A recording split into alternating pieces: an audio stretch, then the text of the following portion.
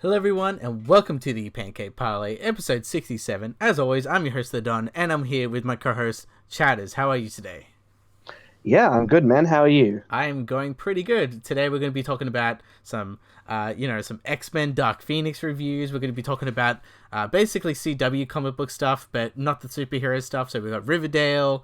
We've got Sabrina, which is Netflix, but you think it kind of They're works. they're they're all kind of Netflix, isn't it? I'm actually I'm kind of confused. confused.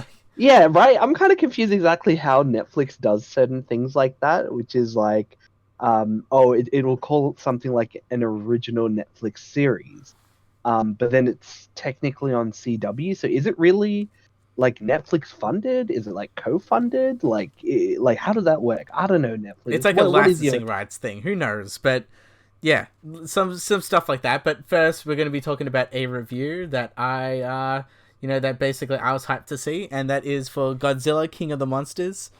Um, did you watch the 2014 Godzilla at all? Yes, I And did. how'd you feel I about it? Up until Walter White died, it was good. But after he died, it was bad. Gotcha. That's my personal opinion of the show. Now, to give a more to give a more serious review of it, essentially, I liked the movie like kind of towards the beginning because there's like this mystery at the beginning about like like the creation of these animals they're not called kaijus, right? I'm thinking what's the other, the other monster movie that's Pacific really Rim, good. but that's Pacific the Rim. general. I think they call them Titans or something like that. Titans. They call them Titans. I guess in the Japanese dub, they probably do refer to them as kaijus, right? Monsters, after all, in Japanese. But with the movie itself, I think it just kind of does a big tonal shift once it kind of switches out from, Bryan Cranston's character, and then it focuses on his son. Correct? I think that's kind of what happens with the show, and it's all about, I guess, the U.S. Army kind of trying to chase after Godzilla. Ooh, Godzilla's this bad guy. We got to stop him. Also, I kind of find it funny because I'm pretty sure, the actor who plays the son is also the actor who plays, I think, the speedster guy from X-Men, Quicksilver. Quicksilver. And Scarlet Witch, what's her face, is also in it Is the as wife? his wife, but they're brother and sisters in the Avengers movies, which I kind of always found really funny. And also, both of those movies kind of came out round about the Yeah, same well, time as well. 2014, So 2015. So like, I feel like they probably got the casting agent, and then they're just like, yeah, do they have good chemistry? Yeah, I guess. it's like, Okay, okay, fine. yeah, it's like, okay, your husband and wife in this film, also your brother and sisters in this one. Okay, I just find it really funny that it's just like something that, I guess to an audience you just kind of see it and it's like, oh well, Although I never put two and two together until much later, but yeah, I kind of found, obviously when Godzilla was on the screen, this is the thing that was the problem with the first Godzilla, in my opinion. Hmm. It was too slow, and it focused more on trying to not show Godzilla. Um, and it was like, ooh, like what is this? Like much like kind of like a almost like a horror film, although it wasn't filmed like It a was like it's like keeping the surprise type of thing. the Like, surprise. are you gonna see Um, him? When are you gonna see him? yeah, and but I think a lot of the movie is like this. Um, and once they actually show Godzilla, it's like, okay, finally, we're actually getting somewhere.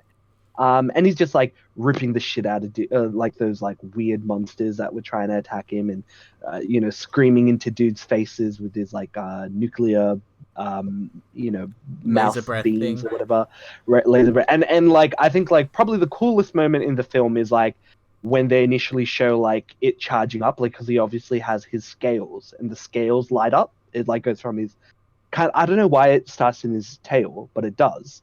And like his tail spikes like kind of light up, and then it like blasts out from his mouth. It's like a really really cool um, moment, and then he's just firing the shit out of these things, fighting it.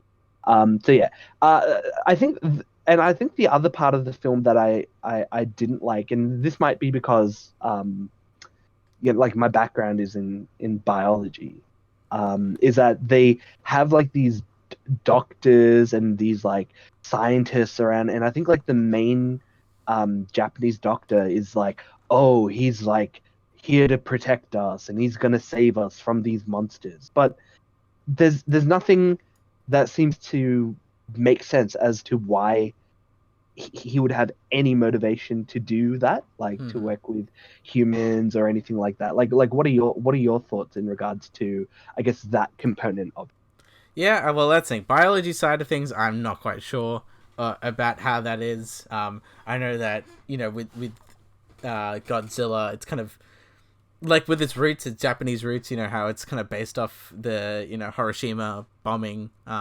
Basically, Godzilla was radioactive. He's created from radioactive material. Um, I guess there could be some wiggle room when it comes to genetics and things like that. Um, Yeah. I mean, I don't expect him to go through like a whole biology lesson for it, but I guess there should be like a greater explanation to explain why he has any kind of interest of being top dog, like something that's more like, mm, oh, like, well, he cares more because he just wants to be like for more survival of the fittest kind of reason, right? Like he just wants to be top dog. And he kind of sees like the existence of humans as more as like a hindrance, more as like a helpful thing.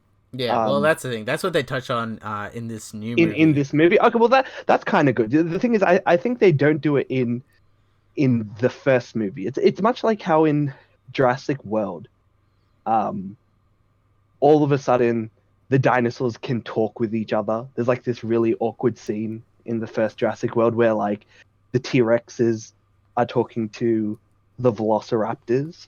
And I'm like, how can they talk to each other? They literally shouldn't be able to talk to each other. It doesn't make sense. Hmm. But anyways, tell me more. Well, I don't know. It's one of those things where it's like they shouldn't have this isn't what is it? What's that old like dinosaur cartoon? The Um, Land Before Time. Land. But yeah, this isn't Land Before Time. All right, Get like they your don't Land frame Before it. Time shit out of here. Yeah, well, I mean, I like that. I like that show Yeah, as a kid, but I Star mean, Leaf or whatever the hell it was. I don't remember. whatever. I But just like, remember it was that's what, sad at points. yes, exactly. But yeah, like with a show like that, like it just kind of takes me out of it when they're like, oh, he was here, like, and it's coming from like an authority figure. They're like, oh, he's here to protect us all and all this other kind of bullshit. But it's like Yeah, it's not really Ken believable. But Watanabe, being like, let them I fight. like I like the actor, but I don't like how his I guess how they His theory. directed his no not his theory, just his character and how it's framed of the existence of this character. That might be me being um nitpicky with that kind of aspect of it. Tell me more about King of Monsters, because from what I see in the trailer, it's like the discovery of more of these big creatures Mm. that I guess used to roam the earth somehow at the same time Yeah, I as think they kind of briefly explain it as these they call them titans have been Mhm, existed for ever before humans type of thing almost where it's like they mhm, were the reason why there was growth. I think there's even a scene in the movie where they say, yeah, these monsters wreak havoc, but after they wreak havoc on humans, like buildings and things like that, stuff natural growth happens. So like trees and all that type of stuff pop up because of their radioactive type of um, you know signature print. Which science aside, I don't know. It's a different concept where it's kind of like it kind of reminds me of something that I don't remember what it was, but it's like these things have existed in our world like millions of years before humans did, and they already were there. But it could have been another do you Godzilla mean thing. I'm not quite sure. do you mean dinosaurs? Is Well, that like dinosaurs, but you know what I mean. So it's like, and there's like 12 of them. So it kind of reminds me of like the game Shadow of the Colossus, where it's like all these you know, pretty much peaceful things, and kind of it just follows basically the basic plot of this. It follows the Russell family, where it does a cold open to the attack from the 2014 Godzilla, and mhm, their son dies. Um, So then obviously you got the dad who's like really pissed off at Godzilla, wants to kill Godzilla, separates from the family.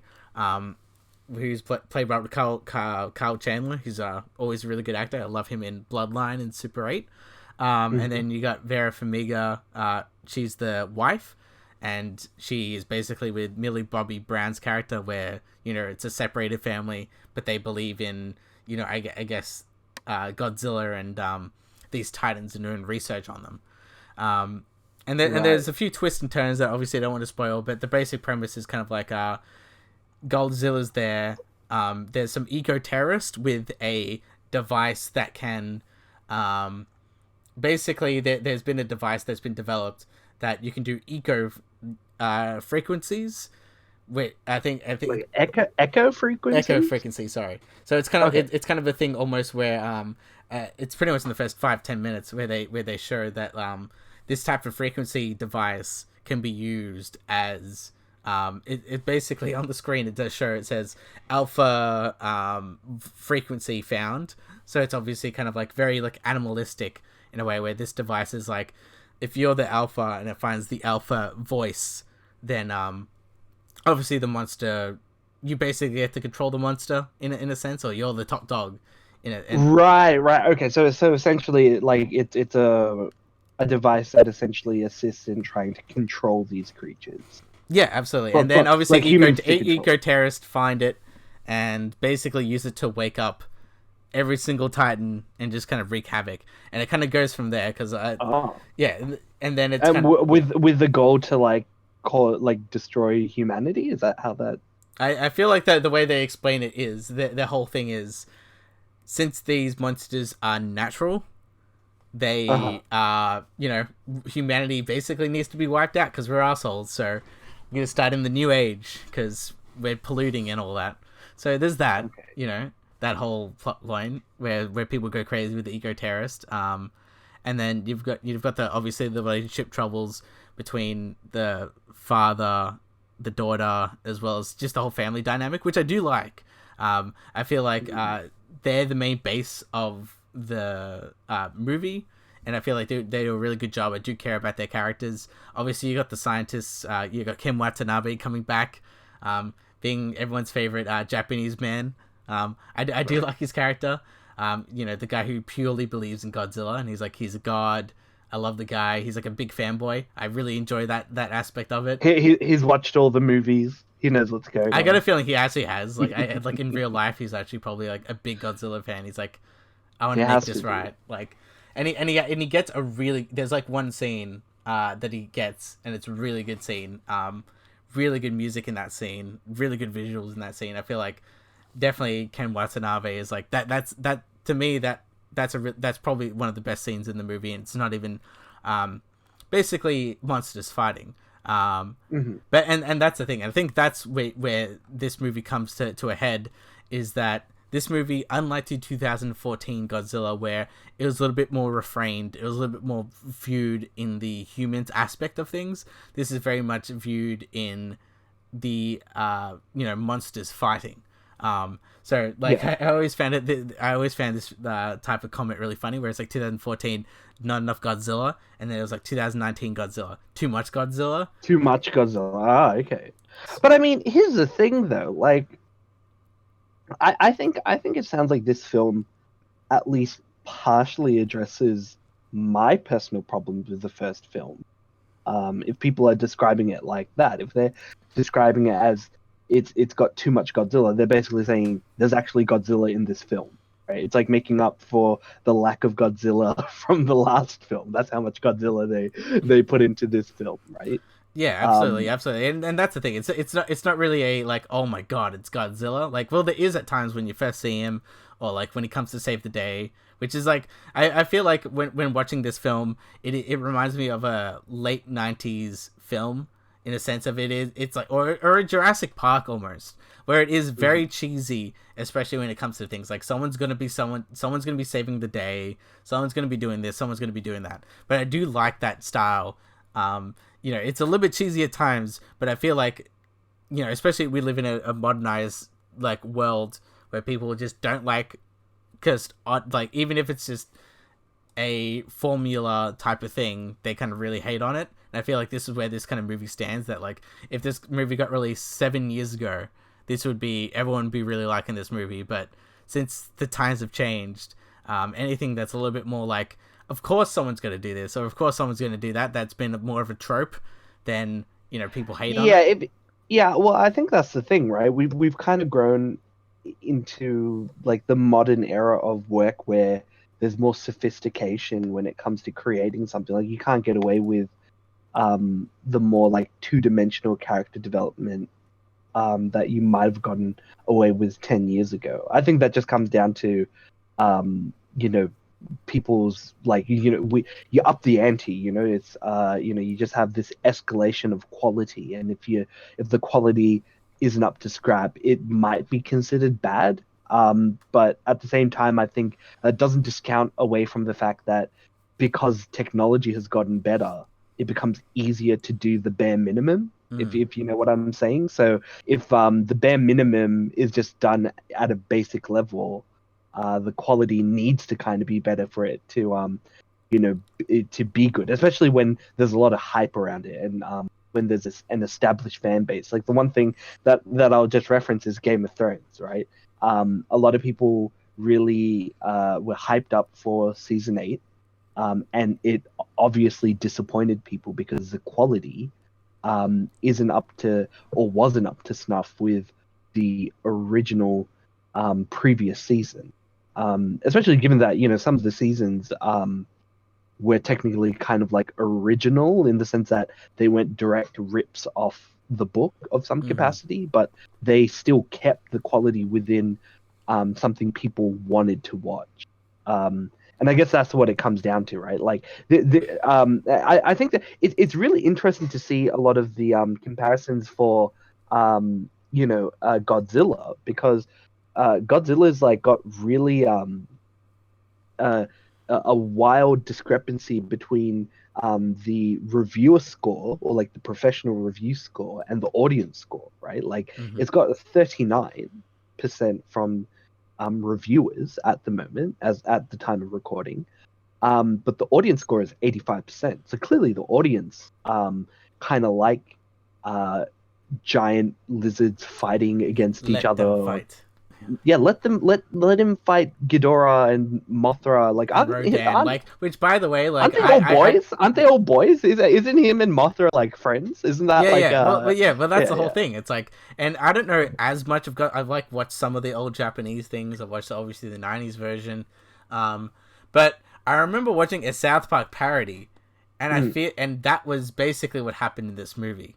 So oh, really? I got a feeling go South Park Go ahead. obviously made fun of a Godzilla movie that I haven't seen, because if you've seen that episode, it's like season 2 of South Park or season 1. It was like very early South Park, but I very distinctly, because I really loved South Park when I was a kid, used to watch it all the time. But it was basically like, if Mothra comes in, saves Godzilla type of thing. There's Rodan and King Ghidorah, and it's like it's cheesy monster fun. But I really enjoyed it. Even like the special effects for all these monsters. For not one time I was like, that looks pretty bad. I feel like it always looked pretty good, especially like for something big on this scale. I thought everything looked pretty good. Obviously, you might have a thing with Godzilla's face looking a little bit weird, but yeah. Aside from that, I feel like it's a good solid film that's kind of very much in the vein of something like a Jurassic Park, where it's like these natural things there with the rest of the plot kind of driving forward. And yeah, I'm just very interested because this has kind of been in planning for a while, for like a few years now. But they're basically being like, oh yeah, Godzilla and King Kong, they're gonna fight, and that's technically the next movie. And they do like a MCU thing where they do the whole thing where they talk about like Skull Island, or they reference certain things. Oh gosh, okay. But it's yeah. So like I feel like if you're gonna talk about the negatives of the film, it's pretty much just some of the dialogue's just very cheesy, really. Where it's like very like, that joke was weird, or that was just cheesy to say. But there are things like that where they drop hints on the King Kong thing. which is fine. It.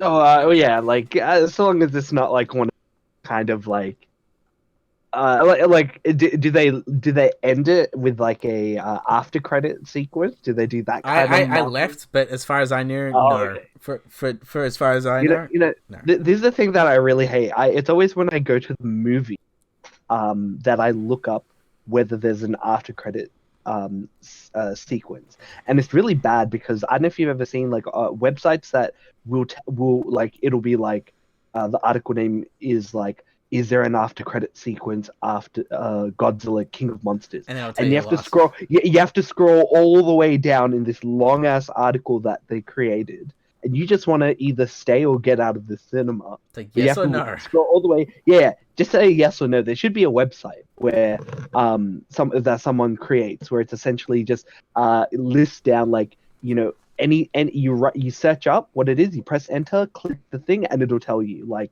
yes, no. That's all I need. If anybody's watching this podcast, create that website. Let us know. I'd We love will to be at sponsor least. you. Yeah. Yeah. We'll key up here on the Pancake Parlay. But yeah, like I think it ultimately really comes down to what you want out of the film, right? I think that ultimately um, it is why I think we're seeing this discrepancy from a lot of things. Because even like if you look at Aladdin, right? Hmm. The critics have been giving it, at the moment, 56%, while the audience is giving it a 94%. Now, I personally have mild interest of watching Aladdin, but not necessarily at cinemas. I don't think anything that this movie is releasing is going to be of any interest to Hmm. me to pay like whatever $20 or whatever to watch. I'll watch it when it comes to Netflix or DVD, uh, Blu-ray, whatever, Whatever it may um, be. whatever form. But like clearly, like there are people, 94% of them who watch the movie. The audience love it. They love the musical aspect of it. They probably like the new genie. They like everyone but Jafar. I think universally everybody doesn't like Jafar in the latest Aladdin. But yeah, I think it just comes down to the people know what they like. And again, this is something that we often get as a discrepancy. Again, I like bringing up the first Superman movie that came out in the modern era, Man of Steel. Like, there's a Hmm. big difference between or the reviewer score and the audience score. I think it's still like a 50% or something from the reviewers, and the audience give it like a 70 something. And I think that's far more generous and fair. Yeah, I think Uh, that's a more accurate representation. yeah, even like something like the Pikachu movie. Like I've heard like a bit of um different things from different people for the Pikachu movie. They've given it like a 60% here for 66%, which is good, but it's like compared to the audience score, it's 82. Clearly, the people who enjoy Pokemon films are gonna like the Detective Pikachu movie, which Mm. which I should definitely get onto as well. But it's I think it really comes down to if you like this particular genre, you'll enjoy it, and if you like giant monsters fighting each other, you're gonna like Godzilla. Would you would That's you why agree I with feel that? like the rating system for some of these it's not really the sites, but it's more like these companies that are big reviewers and they go out and review stuff. Hmm. I feel like almost like because like it's on random assignments, certain things, so it's like it just depends on yeah, it just on a different taste on certain things. Like for example, if like you're a fan of Star Wars films and you always stand a fan of Star Wars films, like you'd think that the Star Wars person would get the review, but sometimes people who are like, I don't get Star Wars and they get the review for it, you're just like, okay, Sure, yeah. right. Or even comes even the same thing with like video games, where some people just like that person's reviewing video games, but like all they talk about is like this game that is not even in the genre. So I don't know. I feel like that's kind of more of a broken Hmm. system, but I feel like that's why I feel like audience like you gotta very much compare both nowadays and kind of have Yeah, that definitely. comparison. I, yeah, definitely. I definitely think like obviously, how. the reviewing system works in something like Rotten Tomatoes is also very different as well. Like I think we often talk about it's like whether you like it or don't like it. There isn't a review. There isn't a score for that. You know, like 100% of people might have liked Avengers Endgame, but they gave it a 6. So it's really a 6 out of 10 and not a 10 out of 10 movie. Like, not saying that that is the official score for Endgame, but that's essentially what the Rotten Tomato review basically translates into. Whereas, something that's getting a 40% or a 40% rating is saying, basically people aren't giving it a 40%, a 4 out of 10. They're just saying 40% of people like it. That's saying 60% of people are giving it maybe like a 1 or a 4 or a 3. But then you have this 30% which are like, yeah, this is a 10 out of 10 movie. Yeah. If you combine the scores of those people will probably center more around like maybe a 5-ish. Hmm. But it doesn't really consolidate exactly the nuance of a score, which is why sometimes it's good to kind of go in something like Metacritic or OpenCritic if you like video games. All of these kind of sites kind of consolidate a lot of the reviews a lot better. But I do like the Rotten Tomato review if you want to kind of see, like, if you're not sure what a movie is about and it's like, okay, 90% of people like it. Okay, that's worth watching. Hmm. Everybody who's watched this film kind of likes it. Maybe I'll like it. And if a review is also giving that kind of wide breadth of score, that usually means, okay, maybe people among a lot of genres really like this film, as opposed to the specifics. So, I guess, like, if you like, would you say, like, if you like a movie like Pacific Rim, the first one, you'd enjoy something like the latest Godzilla film, or even the King Kong movie that came out recently, right? Yeah. Well, that's the thing. I think the King Kong film is very different in tone. I feel like the King Kong movie is more along the lines of the modern tone, where, like, for example, they're like, I know there's one scene of it in this new Godzilla film, but in the Kong Skull Island film, there's a lot of things where what was a generic thing you would say of the genre would happen. It would be the reverse. So, for example, the one I can think of is that in Kong Skull Island, the guy has like grenades. It's like, dude, I'll save you. I'm gonna save everyone, and he just gets killed and doesn't do anything. Oh, I think I do remember it. Like Something there's like stuff like that he where it's like, but in this movie, it very much is like very that tropish. he will save him. Like, it's like there's Okay. not going to be a whole, like, So in this sense, it is by It the doesn't numbers. subvert the expectation. No, it does not. So, but yeah. But I've heard the stuff that in did you like the latest King Kong Skull Island movie? I did. I think the Yeah. cinematography of that was pretty good. I've Pretty I've interesting heard good concept. things. I haven't seen it, but I've heard good things about it. Is that canon with this Godzilla film, or are Yep. these different? Okay, yes, it is. Okay, got it. There, because Because I wasn't too they've been sure. planning it. Yeah, I wasn't too sure whether it was or wasn't, right? So Mm. did Skull Island, did that come out 2016? Yeah, I think it was like Okay, ish. but I'm not quite sure when they started to be talking about it, because I I know think in Kong Skull Island it does have a post credit scene where, like, the mhm. main characters Tom Hiddleston and all that, they go to a room and apparently they're just like, yeah, there's more monsters of like Kong out there, and that's really it. They never say anything about Okay. Godzilla. It's only up until Yeah. this film when they finally mention Godzilla I, and kind I of. I think it's probably because they were pit I think around about that time they were close to, or just recently, the trademark for King Kong went public, or I forget what it's exactly called, but it basically allows it for, like, Royalty anybody free, can, yeah. yeah, royalty free, so anybody can use the concept of King Kong in their in their movie, or unique take, or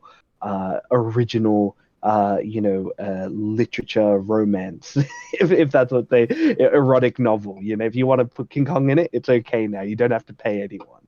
I'm pretty sure that that was the case for like Disney, but Disney's like kind of for the Mickey Mouse character. But I think they keep kind of lobbying to push further back the trademarking for that particular character. But yeah, it's cool to see that. Yeah, like King Kong will suddenly pop up in random properties, and yeah, you might as well take advantage if you can. It's probably the next evolutionary step, because like I think something like, obviously there was a movie I think in the 50s and 60s that was literally Godzilla vs King Kong, so it's Hmm. kind of going back to that. It kind of reminds me of like what Universal Studios tried to do with the monster universe, with like the Mummy, the Invisible Man, and all that. Like that was the Hmm. original like team up Yeah, yeah, big movies and team up. stuff like that, and then yeah, they coming back to modern stuff, everyone's kind of like whatever. But yeah, either way, uh, Godzilla King of the Monsters, I think it's a pretty solid, good film. I feel like it's better than both Jurassic World movies that have come out. Like I feel like it's a lot more enjoyable when it comes Hmm. to the action of the thing as well as the characters. Um, Okay, and yeah, I think I really enjoyed my time with it, and I think it's doing all right. So long live the it's king. filling its niche. It's filling its niche in terms of, I guess if you want to see Godzilla, you want to see fight, you want to have cool action fight scenes, go watch this movie. And they actually end the movie, the end credits, with Blue Oyster Cult's song, which is Godzilla. I'm like that's Oh, that. okay. I'm like that's very meta. Meta. I like that. Meta. Thank you for Okay. that. Like Okay, okay, that's cool. I like it's it. like it's like when Iron Man ended with Iron Man from Black Sabbath. I'm like, yeah, Yeah, I yeah, see what you yeah. did there. Well done. Okay. But yeah, That's pretty I cool. really enjoyed that. So that's Godzilla. I think everyone should just go watch it. In some saddening news, well, for me personally, because I've watched both shows, I always watch weird, obscure shows. Syfy cancelled two shows, and they're two shows that I watched. One is Deadly Class that came out earlier this year, Hmm. and We then we did one, a review on it. yes, and one was Happy, that came out last year. Okay. And Happy's kind of about this guy who he's like an ex detective, ex cop who's like into drugs and alcohol. And then his, because every single person has a like kind of happy friend conscious person, like a little like it's hard to explain. What do you call it? Like your imaginary friend. Hmm. And his daughter has an imaginary friend, and the first season is him trying to find his daughter with his imaginary her imaginary friend, which is like a unicorn donkey thing that talks, and it's very Hmm. happy, like it's happy, and like, and it's kind of like a contrast of both worlds, where this guy's like into drugs, killing people, really ultra violent, and then you've got this like innocent unicorn like kid thing being like, oh my god, I can't believe you're doing that. So like, but it's like it's So very funny. does I was gonna say, does he have a subconscious like this? I no, but I think the way it's explained it is everyone who's a kid has it, but obviously over Oh, time, okay. But but once you over become an time, when you adult, become more of an adult, the it goes subconscious being away. kind of disappears.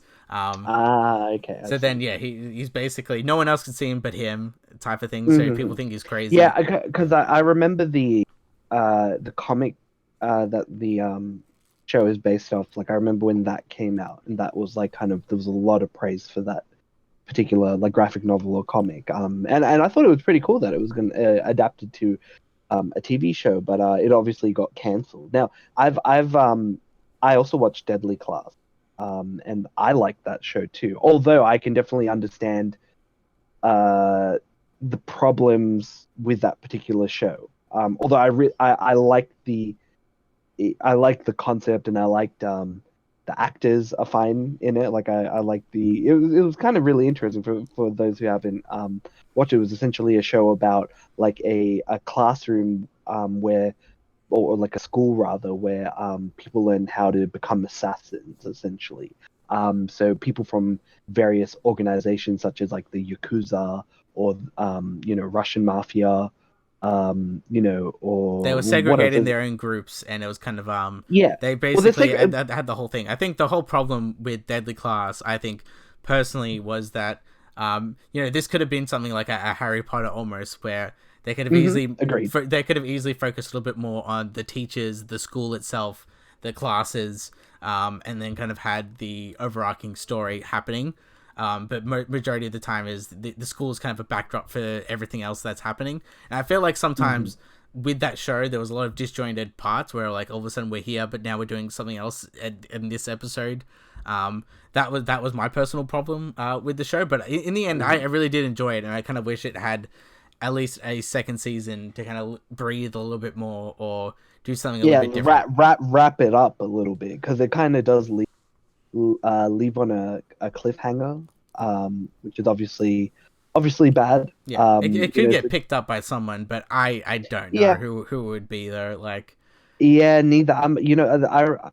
I can't see who would pick it up either. But like again, Netflix, like apparently Netflix probably won't get it. Not only that, because I think there was a report that says Umbrella Academy was like pretty much watched more than any original Netflix thing since Stranger Things, like the first season, like more than even like the Marvel Netflix stuff.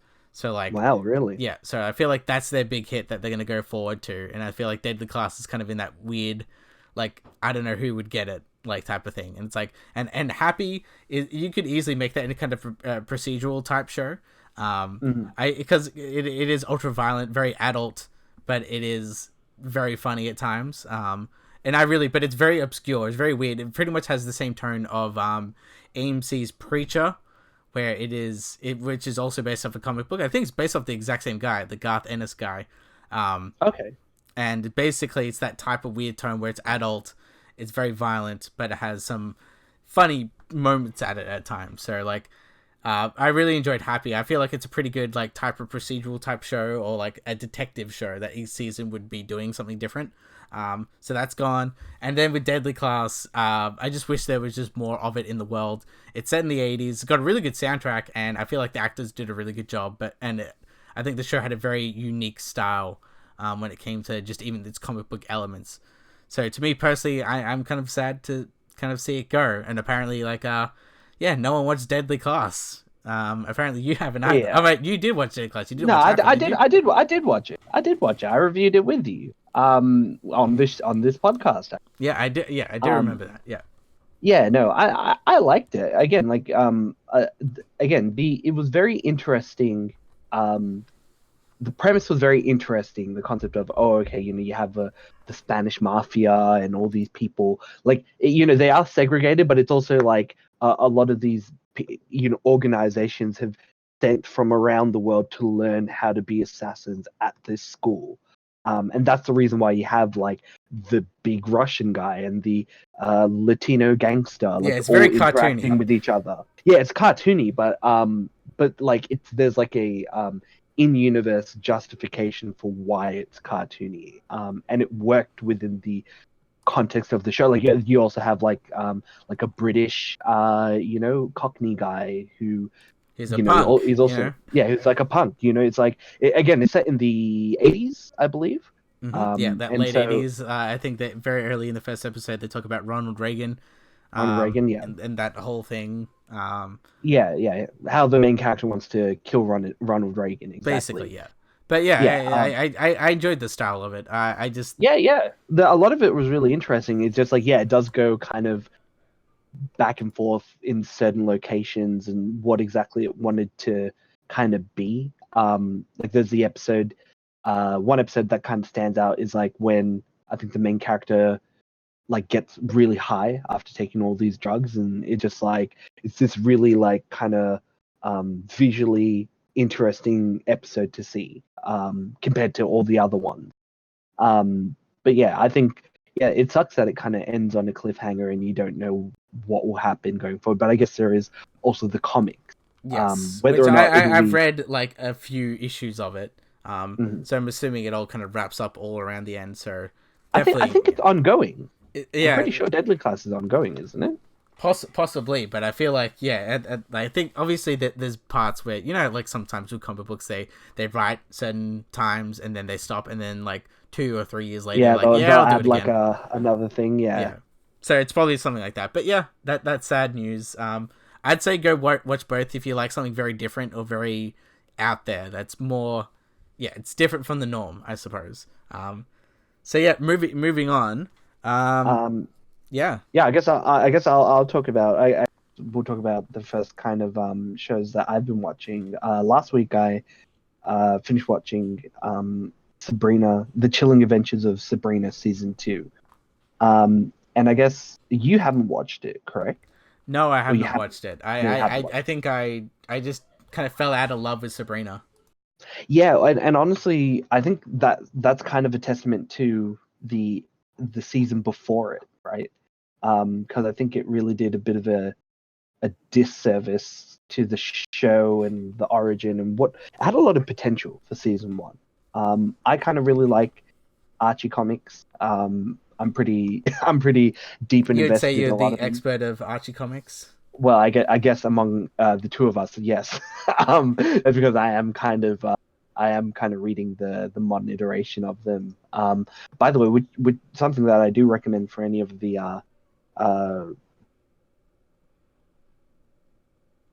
And the current run of Sabrina the Teenage Witch, mm-hmm. which is a reboot of the series. There's currently only 2 issues out at the moment. Read those. They're pretty good, light-hearted take on the Sabrina character, but modernized. Essentially, the comic kind of starts off with like Sabrina just moving to Greendale and starting school at Greendale High or whatever it's called. And she meets Harvey and all that. So it's all very much like the classic old school Sabrina, but then there is a lot of kind of mystery behind like, oh, like she's still a bit wonky with her spells and trying to do like the right thing, but oh, suddenly there's a Wendigo in her school that's trying to kill her. Like, there's all this kind of stuff that's kind of dark, but it's not like how this season and this show is, which is kind of like a really big horror version of Sabrina, which, just a reminder, Chilling Adventures of Sabrina is based off the Archie horror line of Sabrina comics by the same name. Is it currently still going, the horror line? The horror for Chilling Adventures of Sabrina, Yeah. technically, yes. It's kind of weird because I think both Afterlife with Archie, which is the comic which is based around you know uh, the Archie Riverdale gang, them kind of running away from like a zombie apocalypse, right? Think The Walking Dead meets Riverdale. That's essentially what it is. Um, that's technically still ongoing, despite the last comic from that coming out like almost, I want to say, 3 years ago, right? So clearly they haven't Mm-hmm. kind of done any kind of continuation for um, that particular comic, and it's the same thing with the Chilling Adventures of Sabrina. Like that is also something that's a an older an older Archie horror line of comics Gotcha. that still has yet to got a continuation of. I mean, I'd love it if it did. It just hasn't. Like they've kind of gone off and decided to do other horror versions of certain characters. Like for example, there's one that's called Veronica, which is basically Veronica from like the Riverdale Archie comic character Veronica. She gets turned into a vampire essentially, and it's actually a really good comic line, by the way. If anybody's interested in the character in any capacity, I would recommend Veronica. It's actually, the art's beautiful. The story is pretty good. It's kind of captivating. You also have like certain characters within um, the Archie line kind of into, like for example, it's her and Dilton, who's kind of like more of like a minor character, but they kind of like bond and kind of hang out together because Dilton is kind of like the nerdy stereotype guy in the Archie universe. So it's him knowing and his knowledge about like vampires, and her being like this socialite rich girl working together to try and figure out, oh, how did she become a vampire? How do you get rid of it? And how is it connected to the larger Sounds plot very of much what's like happening? iZombie or something. Yeah, in a sense, yeah. And then yeah, so there's that that they're working on, and they also have Jughead the Hunger, which is essentially Jughead who got turned into a werewolf. So that's an ongoing series at the moment right now. And my apologies. I think the Hunger.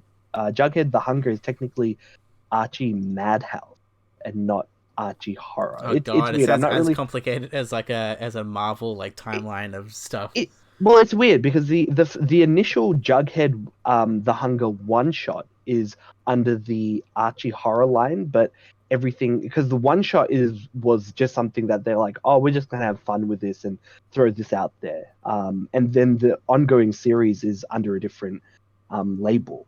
So I'm not really too sure exactly what the context for that is because Vampironica, on the other hand, is a Archie horror comic line. And then they recently had a crossover between the two where it's going to be Jughead the Hunger versus Vampironica. So that's something that's happening as well. So yeah, they're kind of not focusing on the afterlife with Archie or the chilling adventures of Sabrina, and I think part of that is to do with the fact that they don't know how they want to end it, so they're keeping it in like a constant hiatus, if that makes sense. I don't know if that's really done in any kind of media. Like you can't really get away with that in TV because you can't just get away with, oh, we're gonna set this up and we're just gonna leave it. Like the creators don't make that decision to not keep going. You know, it's usually the network or a TV, like much like what you mentioned happened with like Deadly Class and stuff. It's like, you know, they want to do more, but then the studio doesn't want to pick it up. I think there is probably an interest to continue the comics for Chilling Adventures of Sabrina, but they haven't. Gotcha. But But meanwhile, yeah, with the because I know for a fact that the mm, Netflix show of Sabrina, like I think they reviewed it for like already to season 4, season 5, or something stupid like that. They okay, like pre were just like, yeah, fine, let's go for it. So they feel very confident in this show, and I guess where the show's going. well, I mean, yeah, I mean, I guess they're confident with something. So the one thing that I missed out on because I didn't watch it initially when it came out was the Christmas special. So there was a Christmas special that came out, which is technically, I think, episode 11 for the previous season, and yeah, it's pretty interesting episode, but it leads into um you know the current season or part two, where Sabrina has decided to just be a witch for the most part. She kind of sees it as like an issue with the fact that yes, she's signed her name in a book to the devil, or you know, basically Lucifer, and she kind of sees her interacting with her normal friends being as if she's going to put them in danger, much like in the first season. Um, it's all very interesting. Again, I think the thing with the show is a lot of the casting decision is good. I like Shipka as Sabrina. I like the Yeah, she was good. She um, was good in Mad Men. You know, she was oh, like I, she was the daughter. daughter. Oh, Yeah. okay, sure, sure. Yeah, you know, I like a lot of the other characters. You have like Sabrina's cousin. He's pretty good. I like Zelda, and I forget the other sister. Zelda Hilda, and Zelda and Hilda, yeah, Hilda.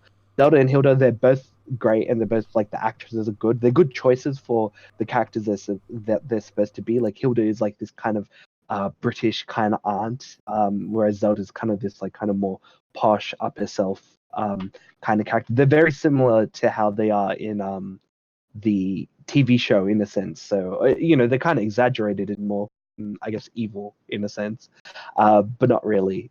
There's some pretty good episodes. There's like for example, one of the episodes called Lupercalia is essentially like witches' Valentine's Day. So it's them kind of going out and kind of fulfilling the role of what it means to be a part of the witch society, and that's what we see a lot about this season is Sabrina. She's was initially trying to avoid that side of her in season one, and season two is more her kind of involving herself within the witch world. But I don't ever see it as like in a satisfying way because a lot of the times it's she'll be opposing um witch tradition within um within in the world of witches, but it always kind of feels like she's very much out of her depth in where because I don't know if you remember the character. His name is Father Blackwood. He's kind of the principal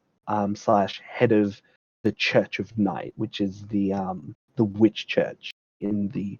They call it a church, but I call it a church, but it's probably called something else within the show. A The cult, oven, called coven, the coven, something. whatever it's called. So he's kind of like the top dog within their kind of sect of I guess religious dark religious witches, right? Mm-hmm. And it's always the case within a lot of the episodes is something is happening. Sabrina doesn't like or doesn't think that the way they're going about things is correct. Blackwood's character says no, we have to be traditional, and for some reason, like people give a lot of weight to what Sabrina says, even when it doesn't really make sense within the context of the show itself. Like there's a lot of weight that she has, but nobody should be paying attention to her because she is, as she refers to herself, like a half witch who can't really do spells properly, can't really do a lot of the magic properly. Which is fine. There's nothing wrong with a lot of characters kind of talking up themselves and then failing. It's just the issue is she doesn't fail and she seems to do everything in a very in an excelled way. Which again, like I think oftentimes on the show we kind of talk about how there's sometimes Mary Sue, Gary Sue characters, and I think once again, I think I must have said it for season one. I don't know if you remember, but I know season one, the problem with Sabrina is she can be a little bit of a Mary Sue. Things just She just knows happen to go things. her way, and things kind of the story set again. The story kind of has to center around her because she's the main pivotal character. And oh, I guess I'll just kind of mention in a side story, in a side point again with the Sabrina TV show, the side characters, they all their kind of BC storylines are all boring and they're not really that engaging in any capacity. You have like Roz with her cunning ability. It's not really used in a way that's really done that's interesting. She goes blind at one stage, but then she gets her sight back, and it's like again, it's almost like one of those things that they do like on traditional drama shows where like this big status quo change happens, but it only happens for one episode, and I there's no hate I kind hate of that. I really do. At least yeah, at least do it for like three. Like you have it for me. It's like you have to have it for like a couple of episodes, and you have to have that character be prominent. For mm, what happens to her character Roz, like they kind of explain it in early in season one where her line of family got cursed by witches, and that makes them blind. But then the consequence of that is they can tell the future, right? Like that's the what happened to her grandma. That's what happening to her. Don't know about her mother. The weird thing is that a lot of the characters don't have mothers, and I don't know why that's not the case. This is just like a side thing that I kind of thought about. Like Sabrina, both of her parents have died, obviously, and that's like again like a greater mystery that you kind of get to explore a little bit further in this show. yeah, I think that was a point of Harvey, contention from last season as well. no, but it's yeah, exactly. Harvey, his father's still around, but the mother, nothing. We don't know anything about it. Roz, her father around, mother, nowhere to be talked about. You have the transgender character. I think his name is like something beginning with T. I'll try and remember as continuing. Like his kind of character, he has a dad, but like mother nowhere to be seen. Yeah, it's like all it seems to be like the whole I guess this iteration of Sabrina. The whole reason why it's so dark is because none of these people have mothers, right? The mothers aren't around, therefore the kids are And crazy, people right? The thought dads. Batman v Superman's Martha thing was stupid. Come on, You see, I'm guys. I'm telling you right now, the lack of turn all these universes bad, man. But no, but in all seriousness, it was just something that I found really a very interesting kind of coincidence that like besides Sabrina's mother, none of the other characters really have a prominent maternal or female figure in their lives, at least within the context of the show. They all have like fathers, and the fathers are usually like overbearing or overprotective or not supportive and something like that. And that's the reason why the characters involve themselves in that capacity. Now, for the rest of the show, um, I think that I guess the characters. Oh yeah, yeah. To go back to Sabrina, right? So uh, there's a scene where there's a little bit more involvement in her connection with the devil, where she gets like essentially kind of blessed by not giving away too much, but she gets like almost like these really cool superpowers. Well, there we And go. it's like, Superpowers. well, not superpowers per se, but like crazy cool witch godlike powers. But they kind of, again, it's kind of there for an episode, and then it kind of goes away because the plot demands it. And again, it kind of ends. Yeah. Oh, actually, one particular highlight that I'll point out about the show is they have witch hunters Yeah, that are that essentially sounds pretty cool. Like that now. should be the majority of the show. I feel like having a back and forth. Yeah. Yeah, but the thing is, they introduce the witch hunters in one of the episodes, like towards the end. Like one of the characters kind of goes missing, and you're kind of wondering, oh, what happens to this character? And they reveal, oh, the character gets captured by a witch hunter. And the witch hunters in the show, like last season, they kind of explained that, oh, all of Harvey's like line of um family line all used to be witch hunters or were witch hunters in the past, and that's the reason why even later down the line, like one of the characters that like becomes a romantic interest for Sabrina is a character called Nicholas Scratch. He's introduced in season 1, but he doesn't really play a big role. He doesn't in season 2. He makes a reference like, oh, Harvey shouldn't be around because he's a witch hunter. We can't trust him, kind of thing. But the witch hunters in the show are pretty interesting. They're kind of shown to be like these kind of orthodox religious individuals.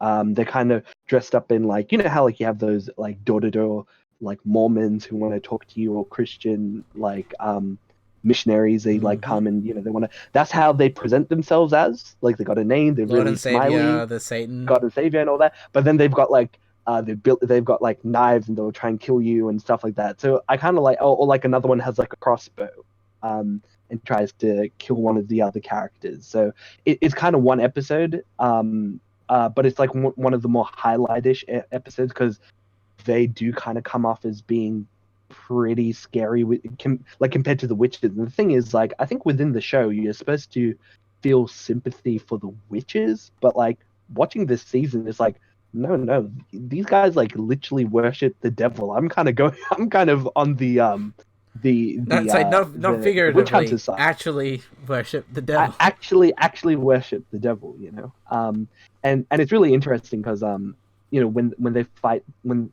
they're fighting the witches are also kind of scared of him. So there's like a respect that they give to the witch hunters. Like there's this one scene where they're casting spells on the witch hunters, and it's kind of burning their flesh and stuff. But then the witch hunters like start essentially praying to God, so that it's like almost them doing their own kind of spell and incantation in order to counter the witches.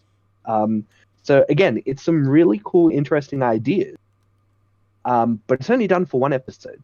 Another episode. So again, it's good, and I really like it, and I like the world building. But then they don't really like what it should have been is like a whole season dedicated to this shit. So it's kind of like Like a monster of the week type of thing, almost, where it's like we're going to introduce a thing, almost. and then it's going to be kind of cleaned up by like an episode or two. Yeah, but it's a shame because the overall story is kind of thrown off towards the end as well. I'll just point out like another kind of uh like memorable episode, which is, oh well, I'll mention two.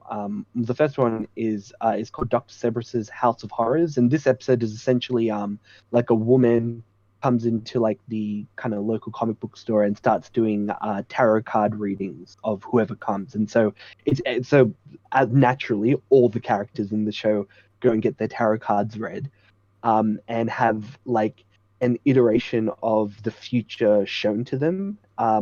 And it's kind of like a twisted version of their futures. And it doesn't really happen in the show the way that they convey it, but it's interesting because there are some stuff that they introduced that do play a factor later in the season, which I kind of liked. And it is also like one of those episodes that kind of break the mold. Like it'll just be like a 10-minute snippet about this character and then a 10-minute episode snippet about this other one. So it's done in a very interesting way and breaks the flow in a generic kind of like, okay, 50 minutes of this kind of roller coaster ride of whatever's happening. The other episode is called The Mandrake. I don't know if you know anything about the mandrake. I think it's like a root vegetable, or it could be just a root. But it's I called just remember playing Skyrim and Oblivion, and then there's the Nin root.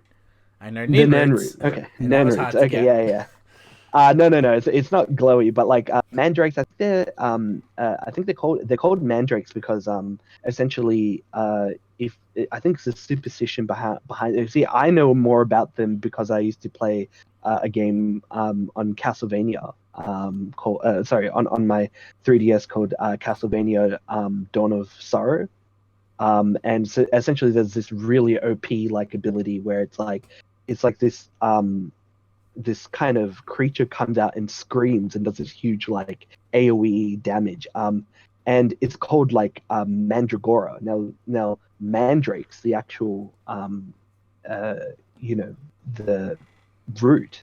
It's Mm. called Mandragora something. So I'm like, oh, okay, so they're related. I actually did like research in regards to what it meant because like there was a lot of similarities, and essentially, and within the context of the episode, Sabrina tries to get rid of these demon godlike powers by putting it inside a mandrake. Now, when you pull this kind of root from the ground, it is in the shape of a person. That's why it's called a mandrake Gotcha. because it looks like a person. It And all there's a makes lot of sense now. there's a lot of superstition because I looked it up and I was like, oh, what's this? Why is it so superstitious? And apparently, like it's like bad luck to pull out, one of these roots when it looks like a person, kind of thing, and it gives like an audible sound, which is the reason why the game that I was playing, these creatures called mandragoras would scream as they pop out as you summon them.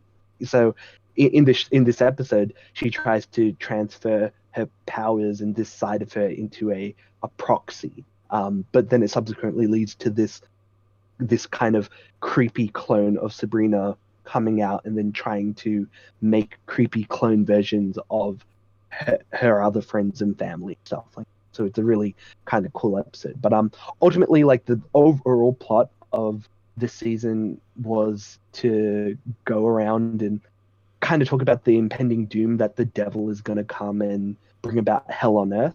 But not to spoil it too much, it's very, very anticlimactic how they deal with the problem.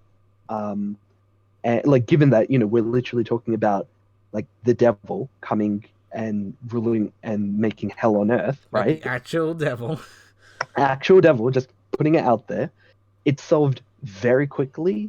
And could have been done several episodes ago. But obviously, it's like one of those things where it's like, oh, well, we have to find another solution, right? Done very quickly.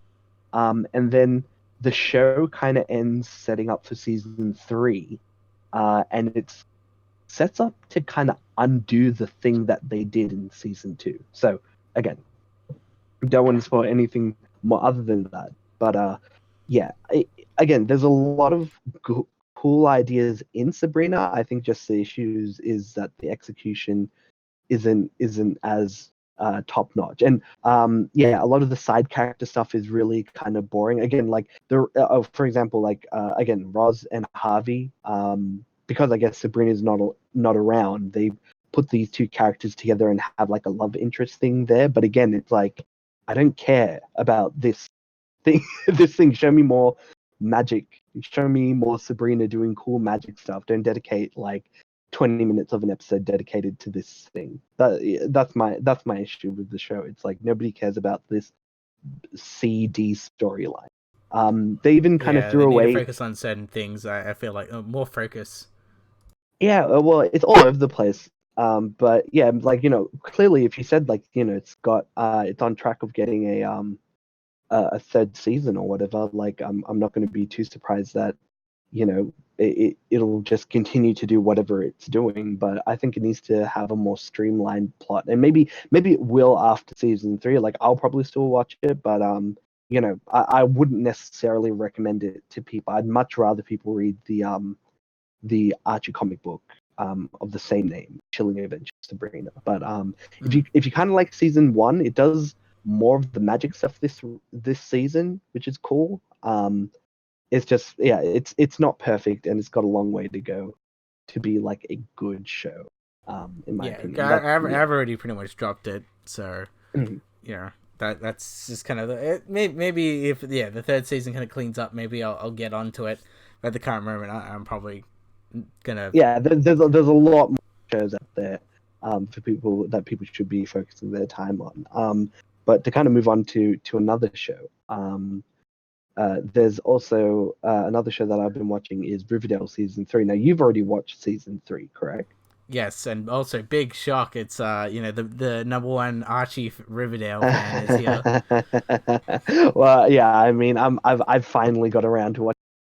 Like again, it's I don't know. I think this season the big thing for me was like I didn't know whether or not I could like associate or like kind of justify watching the show for 22 episodes, like episode by episode. Especially it's one of those things where it's like the moment you start kind of not keeping up to date, it becomes harder to watch it. So for me, I was like, okay, I'm waiting for all the episodes to release, and then I'll kind of watch it in like batches all at once, and that's what I Yeah, they ended up do. They doing. do sometimes a lot of cliffhangers in Riverdale. If I like, they do that sometimes. Like a few times, they're Hmm like, "Oh God, what happened next week?" type of thing, and it's like, hmm yeah, I'd and rather bulk watch. yeah, I think I kind of feel like there is a lot, especially because a big kind of mystery. I think I followed the mystery a lot better, watching it in big chunks, and I can kind of give a more like holistic view, of the show as a whole. Because I think initially I watched it up to episode 3, and round about this time they.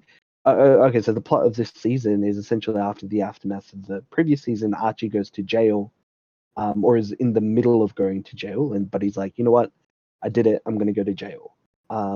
And there's a new kind of like mystery that's happening within the world of like Riverdale, where people start playing a game called Griffins and Gargoyles. Now, if people don't know what the kind of analog to this is, it's a tabletop RPG gaming series called Dungeons and Dragons. Think of it like you playing, like Skyrim, but you're using it with pen and paper, and you're using dice to determine whether you succeed at doing things. That's what Dungeons and Dragons is. I play Dungeons and Dragons, so for me, there was a lot of stuff in the show that I really liked, but I think even watching it, I kind of thought, wow, there's a lot of really like a lot of esoteric, like really specific things that people might not get. That might I don't know. I kind of feel like Dungeons and Dragons is something that you have to play to kind of understand more than somebody describing it. And the show kind of does a good job at just explaining that, hey, it's just a game that essentially has this kind of creepy undertone to it. Like everybody gets addicted to it, and you don't really understand why you get addicted to it, but you get so engrossed in it. Much like, Or you you can get like describe it. you get like a quest, and then it's like the need to fulfill a quest to move forward is like but a but then really at the great same time it thing. kind of spills into the real world. There's like this, they describe it as being like an escalation, like okay, like you enjoy, and this is the thing, by the way, playing real Dungeons and Dragons, you don't actually feel like doing things in the real world. They kind of justify as to why it exists, which is kind of funny, but it's interesting in the world because I kind of, I was describing it before the show earlier. If you remember Jumanji, right? The original movie, not the reboots. Although I have heard they're good. I haven't watched it. Yeah, it's all But right. yeah, the original Jumanji is like there's like a you have to play the game, and there's almost like this horror element to it. And the original Jumanji is kind of a bit like scary if you're like a little kid watching. Oh, Because trust me, I was scared, man. That the kid yeah, turns yeah, into a monkey. That freaking hunter poacher guy was pretty scary. yeah. And yeah, there's aspects of it that you can obviously kind of understand that there's like this, you have to keep playing if you want to leave the world of Jumanji, or you leave like the game like having its grips on you. You have to keep playing it, and there is this kind of horror element in it, and especially this season as a whole, where you don't know why everybody is playing this game. And there is someone who's referred to as the Gargoyle King, and his identity is constantly, um, there's like a lot of red herrings about who is it. Is it this character? Let's figure it out. And that's kind of like, if we're going to categorize, there's like four main stories, and they're all kind of centered around the four main characters, right? You have the identity of the Gargoyle King, and the mystery behind G&G, and that's like Jughead's storyline. You have the farm, which is essentially like Betty this. You Cooper's. describe it as like a cult, Yeah, right? it's a Like cult. this It's a new, cult. yeah, this new, like a new age kind of cult New where church type of people, thing. yes, it's church, but it's also like, like I don't know, like there's people who like drink Kool-Aid together, like that kind of cult, like American style crazy ass cults, that are, they kind of come into town recently, and the thing that's kind of good about it is like in season one they set up the concept of the farm because I think Betty's sister kind of flees to the farm in order to raise her kids there during the events of the first season, and second season as well. There's references to the farm, and then they become like a focal point this season. So I kind of do like they semi set it up earlier in the series, and it becomes an important plot point. So you have that. You have the C storyline, which is I think Veronica's storyline. So it's like her kind of owning her kind of like club bar, illegal bar kind of thing in Pop Shop, and her kind of dealings with her father. And then finally you have Archie. So like Archie goes to jail, escapes jail, And um, now as a boxer. and becomes a boxer. Like yeah, like the thing is Archie's the main character, but unfortunately his storyline is like kind of the most boring, and I think that also kind of comes down to his character kind of being a little bit of like a goody two shoes, right? He's always trying to do the good thing and trying to Not be too much like, drama going on. I feel even like though he yeah. gets into a lot of Yeah, he gets drama, in a like lot of boxing drama, but it's people. more like I just want to do the best thing, yada yada yada. But everyone else Yeah, around him is doing stuff. He's like, God damn it! yeah, they're doing more interesting things, whereas like he's kind of like, well, I'm gonna have a panic attack during my SATs. You see, I'm kind of confused about what's the events of season four, which they have confirmed about this show. But yeah, like Which with his yeah, story, we'll talk about that later. But yeah, yeah, we'll talk like about that later. yeah, I'd know this season because like yeah, it's I just kind of need a refresh almost because yeah, Hmm. the first Yeah, yeah, yeah well, yeah. this Ask season me like because the it's all early fresh in my episodes mind. happened in like what October last year, and they're gonna have that Hmm. break almost, and Hmm. I feel like it's very much split. Like I think the overall general plot line always comes to G&G.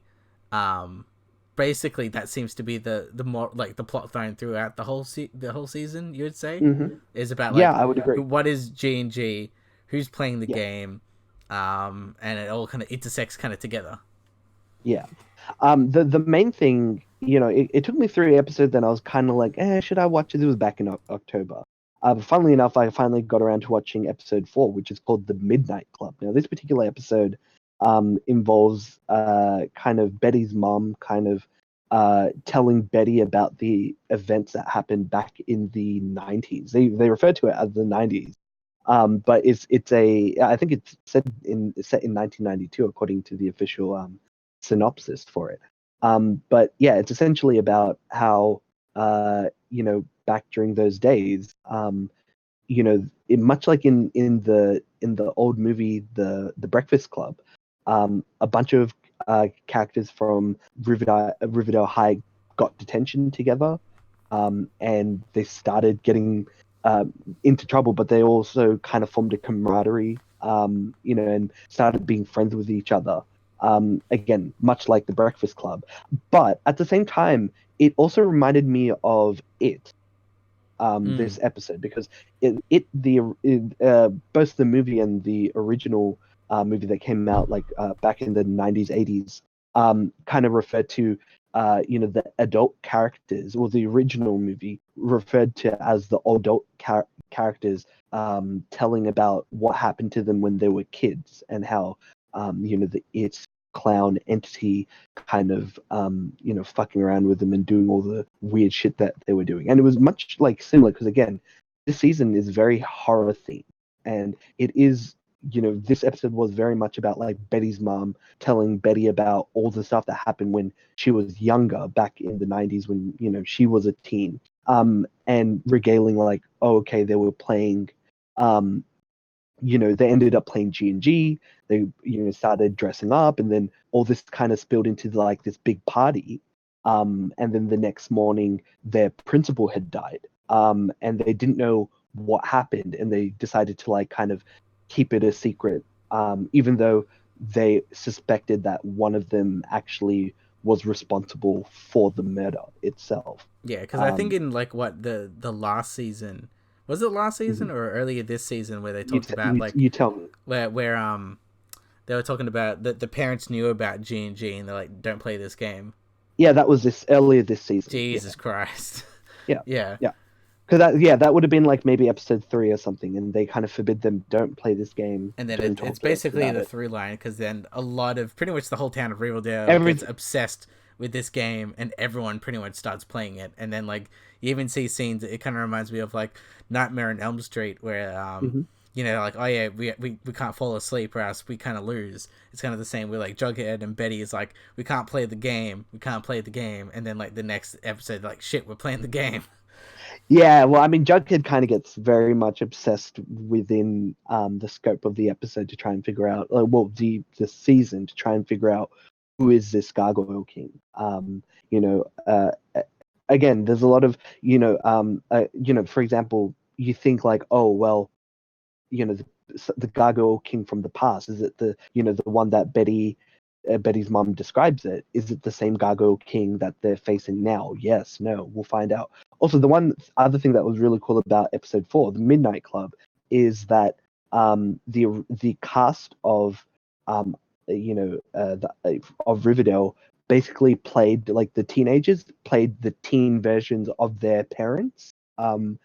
That episode as well. Like, anytime they were talking about the past, they're playing the teen version. So Archie's character is playing Archie's dad, a younger version of Archie's dad. So I did kind of like that you kind of understood like who's playing whose character, because and you're familiar with them, as opposed to getting a completely new cast to come.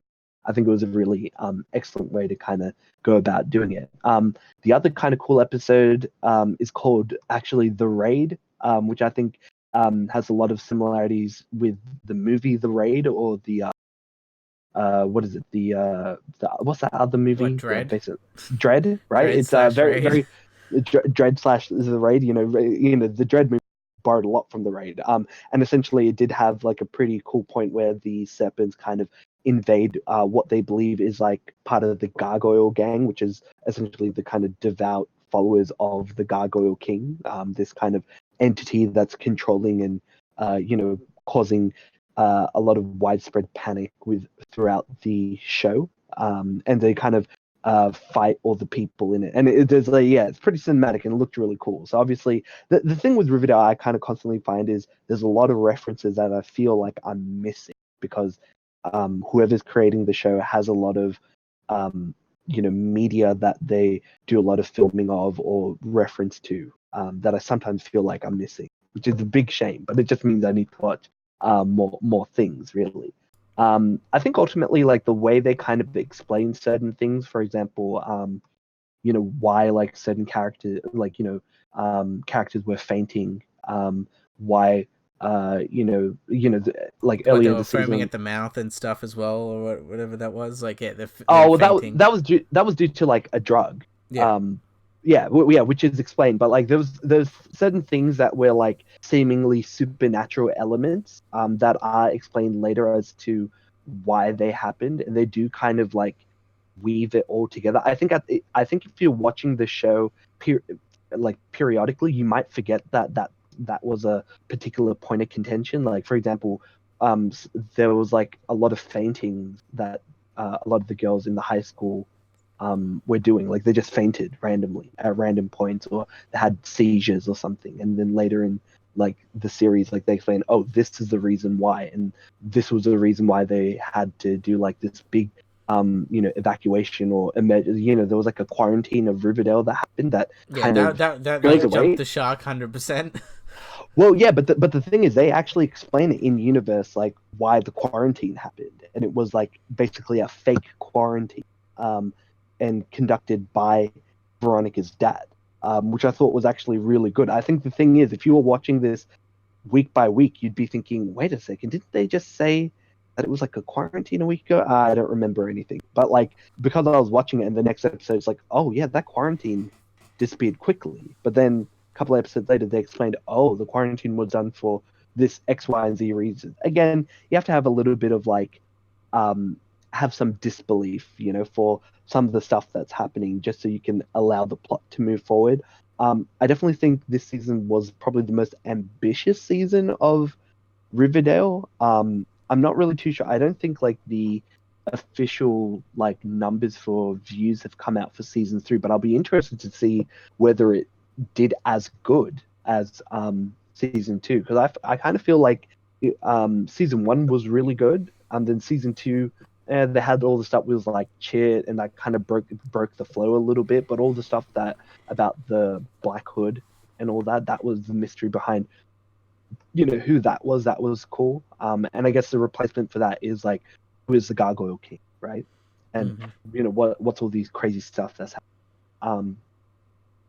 Other kind of episodes that to highlight that I kind of like, I actually didn't mind the music. Again, I don't mind the music episode, so it's kind of good. It's good to kind of break the series up, but Yeah, apparently no, it's and really they even unpopular, parodied right? what is it, Heathers? I always find that very Heathers. interesting. Where it's like that was the I, TV I show as haven't. well, and there was a musical, so I'm like, okay, okay. So you've seen Heathers the movie, seen the Movie, TV show, and the musical. It like okay. So if you're so a did fan of the they? Heathers, then you pretty much watch all of it. You know. Oh, okay. So the song that they Yes, sing in that's the episode, from they're all. yeah. Okay, cool. So again, I have no idea. I kind of liked what was happening in the show, but I feel like again, I There's some because meta I didn't stuff watch going on. yeah, because I didn't watch Heathers, like I feel like I missed out on a lot of references for that episode. But I more or less got what was going on. But yeah, that's a really good episode. I like the prom episode. Hmm. When they go to prom, and again, it's like one big ploy to try and figure out who the sorry, not Goblin King, Gargoyle King. Maybe you need It's some. actually Maybe you need the Goblin Slayer to come in. Goblin Slayer, maybe. But man, like, but the thing is, like, again, I like playing Dungeons and Dragons, and it gives me a lot of kind of ideas for like what I would want to do in a campaign. Like, like not in real life. I mean, like, some of the ideas that they in kind of ideas that they put in, like this constant fear of this entity that's constantly encroaching and trying to get you. It's very much like a like Cthulhu, Eldritch horror kind of thing that they try and supplant within your mind, despite it all, maybe kind of being a little bit exaggerated. As the show kind of ends, you're not really, it's not fully explained where the origin of G&G comes from, other than maybe it's this, maybe it's not. I do like the vagueness. But yeah, ultimately, I like um, season 3. I think it's an improvement from season 2, but it might be a bit harder for the average viewer to kind of understand, like, why are they obsessed with this game, like what's happening. I kind of feel, but maybe that just comes back from my like Dungeons and Dragons like kind of background. I don't know if you kind of found it more difficult to watch or more uninteresting to watch because of all that element in it. Yeah, I What's know. more? I felt like I distanced myself. I think a little bit more from this season. I feel like I was questioning a few things this season, and I felt like it always I always remind myself of the first season and how very structured that was, and very Mhm. I think it wasn't 24 episodes. I think it was 12 It's episodes. 13. It was 13. 13. I think it was more like we have a mystery to solve, but let's solve it. And Hmm. obviously each season they do have the mystery. Like second one was the Red Hood and the Black Hood or whatever it was, and the third Hmm. season is like the G and G type of stuff. I feel like when it all comes down to it, I feel like my problem with the show really does come down to the group dynamic of everyone. Mhm. Like, I kind of miss having the original crew together and And doing working stuff. together in a sense, rather than having them split and having these little different plot points, and it's all kind of working in the same goal. Like, I don't feel like they're in the same kind of area almost. Like, Archie's doing very much, like, you really His barely own see any thing. scenes with Archie and Jughead together, even though they're, best Yeah. friends kind of thing, and you kind of Yeah. miss that dynamic. I mean, there are like the couple of episodes when they're like kind of running together or running away together, but there isn't there isn't much of like the gang kind of coming together to do one thing until kind of the last, last episode really. But I think it's kind of hard, especially if you want to do like a 22 episode thing. What I would mention before about the each character having their own kind of story arc. It's trying to integrate all of them into one big cohesive piece, and maybe it's getting harder to do when you're asked to do a 22 episode season. I think that's ultimately what it comes down to. But yeah, I kind of find this season more interesting than season one, but it would be interesting to see whether or not it does as well as last season, which is a bit of a shame because I feel like this season does have a lot of interesting things and does kind of build up on a lot of stuff from the previous seasons. But yeah, that's my review of Riverdale. If you like Riverdale, give it a watch.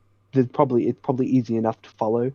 Just keep in mind that like Dungeons and Dragons, G&G, it's just a board game that might just have like this kind of addictive nature. If you just know that much and you go into it with that knowledge, that's all you need to know.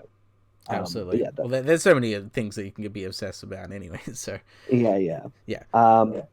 But yeah, I guess we'll move on to our last piece topic, which is the fact that you've seen X-Men Dark Phoenix. Now, this is I want to say fifth or fourth movie from the. I want to say fourth, It's fourth. right? Because Because it was First First Class, Class, which I really enjoyed. yep. That Days of Future Past, which is very really very great. good, very very good. Apocalypse, I'd Apocalypse, still say it's pretty okay. meh. Like, I I think it's found it meh. okay. Yeah, It's okay. yeah. And then I feel like Dark Phoenix is in that same path where it's just It's okay. meh. Now this Just movie is pretty much getting review bombed. I feel like really. people really absolutely hate this film. Oh, okay. Wow, that's not a good sign. But I feel like this movie is pretty much like every other X-Men film, or in fact every other MCU film. Like the Okay. average ones, like first Captain America to, you know, even like Thor 1, that type of kind of rank. Like, I feel like it's kind of in that par, but people are just not having it. I think it's just because the X-Men name possibly, and it's just Fox maybe, and they're just like, no, let's get it over and done with. Because this is pretty much the second last Fox Marvel film, and then we've pretty much just got New Mutants whenever that comes out, hopefully, maybe, and then that's really it. I'm pretty sure. I think they'll just reboot it from then on out. But yeah, essentially, this film is the Dark Phoenix saga, which is the second attempt of doing it. Everyone remembers what 2005 Brett Ratner did the X-Men Last Stand, which I thought it was a pretty alright movie, to be honest with you. It's not as good as 1 and 2 of X-Men, but I still thought it was a pretty okay film. It just had different feel to it. And yeah, this film, I think it is going through the motions when it comes to the X-Men stuff, but I do enjoy the film, and I don't think it's really as bad as people say it is. So basically, it kind of follows the story of Jean Grey kind of gets these powers from space. They have the first 10-15 minutes is them saving astronauts from a space mission, and then this entity, this dark entity, we don't know what it is, what sort of power it is, basically absorbs into Jean Grey, and then she basically gets these powers from that space, I guess cosmic force. When I was watching my friend, everyone's like, oh yeah, is this like, if you think about it in like whole Marvel terms, you could be like, this is kind of like the ether or whatever, like the one of the Infinity Stones, technically, sort of like. Oh, okay. That's people thinking way too hard about what Because this like entity it's is. red. They're both red. It makes you Yeah, yeah, angry. yeah. So it's kind of like, yeah, What's more like an orange, isn't it? Like the Phoenix It's like, Force. yeah, it's a reddish orange. I thought people were gonna say like, hey, isn't this what happened to what is it, the Fantastic Four? Right? Like, Yeah, didn't they the get hit gamma by radiation some or whatever it is. cosmic radiation or whatever it is? But okay, that's yeah, that kind of is kind of in line with what. By the way, does this happen in the past or is this the present where This is she still gets the hit with? past, but when I mean past, I mean Oh, in the okay. 90s. Because like if Oh everyone well, remembers, like what First Class yeah, was yeah. in late 60s, and Hmm. then it was like Days of Future Past was future, then um what was it? And then Well, what? yeah, it's Apocalypse all was the 80s, it's so this is 90s. So yeah, because it's like 70s, 80s, 90s. yeah, Okay? Oh, sorry, basic 60s for First Class, and the Days of Future Past is the 70s, and then 80s, 90s. Yeah, 80s is Apocalypse, and then this is 90s. Right, got it. But my question with the whole Dark Phoenix thing is like, because we already see that Jean Grey has this kind of crazy, awesome, cool power in Apocalypse. We already yes. see her use this crazy power. Is the events of her going in the spaceship like in the 80s or is it in the 90s, like current time in the movie? It is in current time in the 90s. Okay, So I think in the either that 90s. was a Okay, retcon or it was kind of almost like she had just power, something. but this is like her powers in out of control. Like Okay, got I it. feel like this movie does go by pretty quickly. It's an hour and Okay. 50 minutes, but I feel like Oh, okay. you could have easily made this 2 hours and 20 minutes, and it would have explained a little. I think a little bit more. I feel like Hmm. if like because I think the movie's pretty good. Obviously, you got great acting from like people like Fassbender, McAvoy, Holtz, Jennifer Lawrence. Even though she's like mistaken, she probably doesn't want to be there. um, but yeah, you do get good performances. All these actors which by the way, well done and getting them all basically throughout all the X-Men movies. I feel like the only negatives that it's like because I really enjoy it. Like the special effects were good, action scenes were pretty good as well. Hmm. I like the scenes that they're in. There's bits where they do work together as a team as X-Men. I really enjoy that. Like you don't see that Okay. much in superhero media anymore. Where like aside from like Iron Man and Captain America beating a bunch of people up, they don't really do much to team up to be like, we're gonna make sure that this building doesn't fall down or something like that. You don't really see that Hmm. much anymore. Of Not anymore. yeah, not No. much anymore. But yeah, I feel like the main negatives of this is, I guess, explanation of the powers. Like what this force is happening to Jean Grey and why she can't control things. Hmm. And the villain. I think the villain stuff is done very quickly. There's no real explanation aside from like, I'm evil type of thing and I want to take over your world. So Okay. the easiest way to explain it is because it's done pretty early in the movie, so it's very minor Like, spoilers. Is yeah. that Jessica Chastain's character? She's Hmm. just a normal person, and Hmm. then you see these wood-looking aliens that look like roots, basically take over her body, and then Okay. basically they absorb Gross. people and they look like humans, but they're not humans. Oh. And the way they So explain it is like Skrulls? I they don't say who they are or what they do. Yeah, So yeah, no, no, no. I'm messing with you, but yeah. So these aliens basically. yeah, their homeworld got destroyed, so they're just like, we're gonna make Earth ours with the power of the Dark Phoenix, because they've been basically chasing the Dark Phoenix power throughout space because it destroyed their planet, and now they're gonna try to use it and utilize it and make a home planet of their own. Um, Oh. with it. So it's very much like a Man of Steel almost, where it's like, we want to destroy your planet, make a new world on ours. But it's very early rush done. And, like, yeah, the weird thing is, like, Sophie Turner, Jean Grey's character, knows about this, but no one gets filled in the story. Like, Professor X doesn't get filled in, or like Storm doesn't get filled in of being like, hey, these guys are aliens and they're trying to take over the world. They're just like, they're evil. They're trying to kill Jean Grey, so let's just turn on them. So I feel like a lot of the stuff is just very quick. Even like Okay.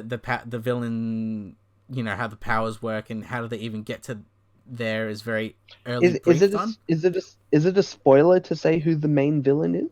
Is it like a mutant? No, the mutant is Jessica Chastain's character. Oh, okay. I feel like obviously in the trailers and things like that they frame Jean is the villain, and I feel like that's Yeah, kind of, yeah which is kind of true. yeah which is kind of true. I in think the the easiest way to explain it is Jean Grey is the main villain for 2/3 of the movie, and then the last third it's Jessica Chastain's character. right. They do, yeah. In a classic, like, bait and switch about, ooh, you think it's the good guy who's bad, but no, it's really this bad bad guy who's bad. And I feel like Um, the movie would have worked a lot better if they just focused on the Jean Grey stuff instead of just introducing type of these aliens, like random dudes, or done yeah. something about it where it's like it's something that she can't control, because she like very early on, which by the way you see a really brief cameo for Dazzler, which is a fan favorite X-Men. She's a singer, and I'm like, oh look, Dazzler for like 5 seconds. I have Well, yeah, isn't Dazzler supposed to be Jessica Jones? yeah, that's Yeah, technically pretty true. sure. Yeah, so Yeah, I'm pretty there's sure that. Dazzler is. Yeah, Yeah, and then there's before. even because I even I liked Apocalypse just because it had certain characters like Jubilee. I'm like, man, Oh yeah. like I just like X-Men more than most Marvel properties, anyways. Honestly, before the mainstream kind of uh popularity of like the MCU movies, like the things that people cared about was Spider-Man, X-Men, Wolverine, like a lot of the other stuff, like Hulk maybe is in there as well. Like the big names people cared about. Um, None of the major kind of MCU people got as much love, like compared to X-Men in particular. X-Men was a big headliner comic. So yeah, it makes a lot of sense that a lot of people kind of like X-Men, because it was kind of Marvel's like big breadwinner until relatively recent. Mm. But Mm. yeah, I think also with this movie is that I feel like this is very much not like X-Men Apocalypse in the sense of it's not really they don't really show much. Like for example, like Quicksilver doesn't really get much to do. A lot of characters don't really get much to do. I think, or even like Nightcrawler doesn't get one much. Unfortunately, I feel like it very much is Jean's story. It's very much obviously Magneto, Xavier, Jean, Beast, and like pretty much Cyclops. And like basically Jean Grey. It's kind of like their type of story, and everyone else is kind of complementing the story around them, Hmm. which is okay. Just that I just kind of miss the look and feel of something like X2 or X-Men Apocalypse or Days of Future Past, where you did have that a lot more going on. But It is weird, isn't it? It almost kind of feels like the big movie, the big end of the world movie was Days of Future Past because of like the scope of what they had to deal with. mhm. Because Apocalypse is supposed to be a huge storyline in the comic, but the movie does a lot of disservice to not only the Apocalypse like villain, but then everybody's kind of role in it as well. Again, I haven't watched this film, so I can't say if it's the same thing, but I think the scope of like Days of Future Past and how they wrote everything and try and put it in line with the original kind of movies, and also semi retcon them as well, is far more kind of like better nuanced than something like these later films that are coming. And maybe because like this is the final film in these kind of reboot saga. I have heard there's reshoots in this film. So they Reshoots. probably Oh, okay. so I think they probably just like got like as soon as that deal with Marvel and Disney and like all that stuff happened, they're probably just like we're probably not gonna get picked up, so let's just throw everything to the wall and see what kind of works. Um, but yeah, I feel like the set pieces in this movie are pretty good. I feel like this film is not gonna do anything interesting. It doesn't do anything interesting. It's just par for the course type of thing. But I wouldn't This say is it's average. bad. It just doesn't do anything interesting with it. Yeah. Is the easiest way to explain it. It does have music from Hans Zimmer, so like Okay. makes things pretty That's damn good. epic with that. And like, but that's the thing, especially when I compare it to Last Stand.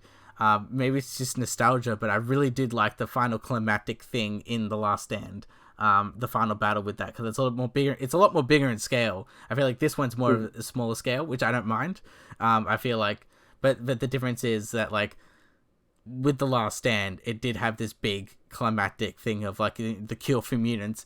But I feel like what this movie was missing is literally Wolverine or like something. I don't know, because like I like The Last Stand just because of that final scene. Where it was the love kind of triangle, and it was finally like Wolverine, Jean Grey, he is the one to take her down, and it's kind of like this bittersweet thing. And I really enjoyed that moment. That's like probably one of the best moments out there when it comes to superhero stuff. And this movie doesn't really have it. You do get Cyclops, him doing his whole thing, but it's not in the same, field. Especially when you compare these early, like, younger actors compared to people like freaking Hugh Jackman, and you just don't have the same presence, or you never really built up gravitas, or you never really even built up the romance with these two characters as much, so you don't feel that emotional impact. So I feel like that's what's kind of missing. You get a lot more emotional impact with obviously Charles Xavier and Jean Grey, as well as Magneto, because as mentioned before, it seems to be those are the trio that kind of mostly of a story of this movie. But yeah, I feel like it's a okay movie to send off all the Fox X-Men. It's not going to blow anyone away. It's not doing anything different, but it is what it is. It's basically an X-Men film. So what you're telling me is I should wait till it comes out on Netflix to watch it. Well, yeah, if you're an X-Men fan, I'd say go watch, just because X-Men. But we actually we literally talked about it earlier. Film quality, right? I think again, it's kind of like Star Wars, right? Episode 7 is technically an okay film, but okay isn't good enough for Star Wars, and I think very much the same like kind of line comes with something like these X-Men movies. Like Apocalypse was okay. I'm okay with giving Apocalypse like a 5. That's like an average film. The average kind of isn't good enough for these kind of films in order to be like to justify having it become like an additional film series. Because the thing is, they must have thought like, okay, Apocalypse must have been a one-off. We'll make Dark Phoenix, and Dark Phoenix is supposed to be like an iconic story for X-Men characters as a whole. So like and having like Sophie Turner, coming off the heels of Game of Thrones, it's got a lot of big names kind of attached to it. McAvoy, Fassbender, a lot of people. What's her name? Who's playing this? Lawrence. I was going to say Jennifer Garner. Yeah, Jennifer Garner. Yeah, Jennifer Lawrence, right? There's a lot of big names in it. But unfortunately, like the talent wasn't good enough to make something that like the talent involved in this film should be more than an average film. Would you agree? Yeah. Yeah, and I think ultimately that's the problem with what the show is. Like, if these were a bunch of like kind of, if they were all no-name actors going into it, which is kind of, look, I wouldn't say everyone was like a no-name actor going into the First Class movie, but they were unproven, right? Nobody at the time. That's the thing. Like I purely put First Class, the reason why that succeeded is because I'm a fanboy of him, but it's basically Matthew Vaughn. Like I'm a big fan of Matthew Vaughn and everything. His direction is really good. Matthew Vaughn did Kick-Ass. He did both Kingsman movies. So I feel like, to me, I think someone like a Matthew Vaughn, he has the direction. He knows. It's all about really focus. I feel like when it really comes down to it, that like what story do you want to tell? And I feel like this Dark Phoenix movie, it wanted to tell the story of Jean Grey and the Phoenix power, but there's also aliens going on. So I feel like it very much diverts where the attention goes to and what the movie should be about. So I feel like the movie should be about one thing.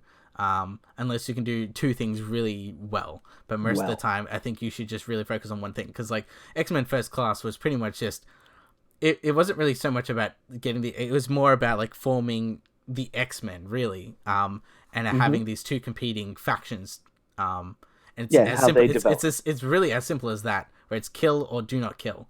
But Days of Future Past was very much like, we just need to turn back time. That's all we Yeah, need to we do. need to. Yeah. Well, I mean, again, the Days of Future Past storyline is kind of also telling a very. Well, it was a one. I think it was like a one comic or like a two comic Yeah, it wasn't even that big of a series. comic. It wasn't that big, but it is like a really iconic. And I'm saying iconic quite a lot because I think all these movies are kind of snapshots into the X-Men universe. Out of like the hundreds of thousands of comics that have come around these certain characters.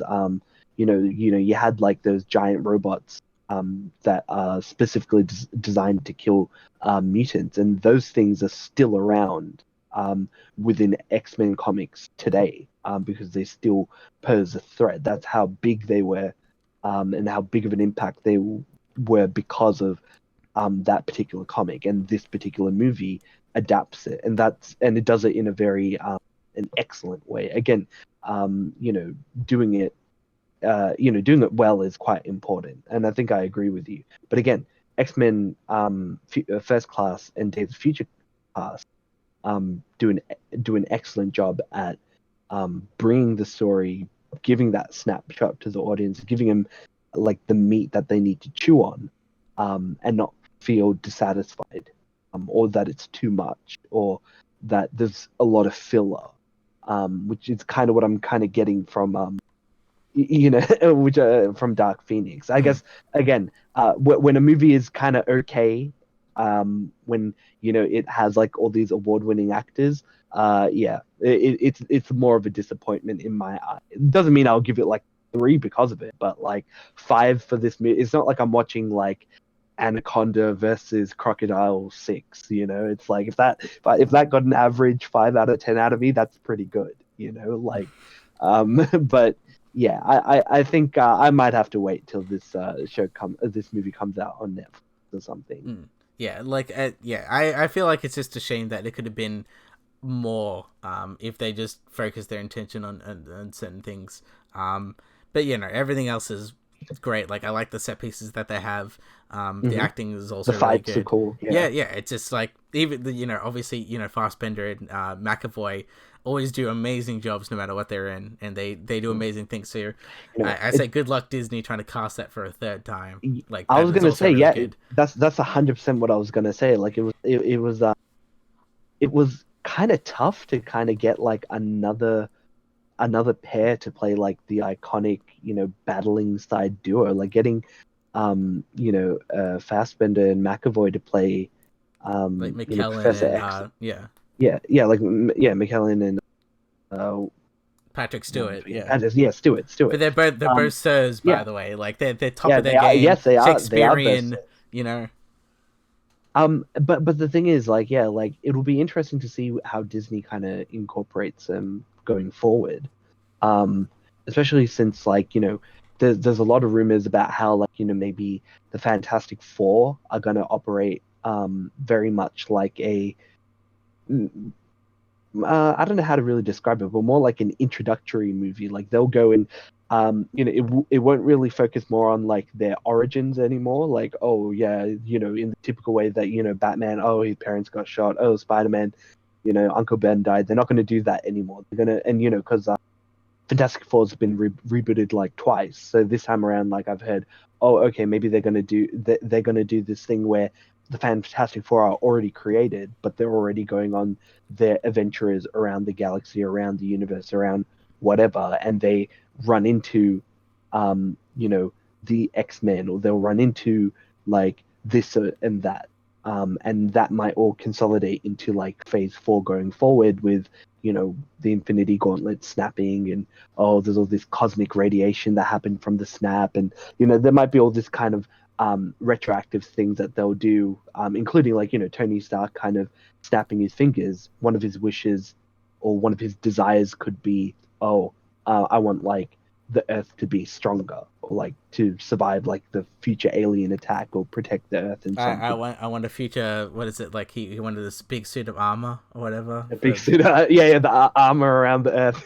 Yeah, But yeah, then the yeah. armor is actually the team of Fantastic Four. So like Yeah. I mean, there could be a lot of kind of explanation that they might use to kind of introduce the X-Men, but yeah, I mean the lineup of like future Marvel movies don't have me that interested, honestly speaking. yeah, But if they because to do be honest, it's something, like it kind of died with Infinity War. I mean, Endgame. Like that's pretty yeah, much. and, It pretty much it was an end for a lot of things. The only thing I'm really interested in is to see X-Men stuff, because as I mentioned before, I'm more of an X-Men fan more than any other Marvel stuff. if they do, Yeah, because I I think don't they know. will, but it will be But like under, I say I think it might be, yeah, 10 three, plus five years. years ago. Yeah, Yeah, the five. because I think five. They have to wait at least because five. like if we're really putting out, they release 2 movies a year. We already know it's Mm. Doctor Strange 2, Black Panther 2, probably Captain Captain Marvel, Marvel 2, the Eternals. The Eternals. Yeah, I think there's like some Shang-Chi or yeah, something Shang like Chi. that. So that's already like 5 movies. Already Yeah, right there. Guardians of the and already Galaxy. a lot of them, and Guardians. already, yeah, as Guardians of the Galaxy 3 or whatever. And look, I'm just saying already, a lot of these movies I really don't care that much about. They'll make a billion, $2 billion or whatever, um, but I'm not interested that much in them. Like outside of like maybe Spider-Man, uh, Black Panther 2, and maybe Doctor Strange 2. Like Doctor Strange 2 is like barely keeping my attention. I think the first Doctor Strange movie like wasn't that great. Like once he becomes Doctor Strange, it kind of is a little bit more interesting. But like throughout the film is like, oh, it's just this whiny guy who's just a piece of shit, and I'm supposed to care about him, but I don't, like, not at all. But yeah, it's an okay film. Yeah, it It's a very services its job.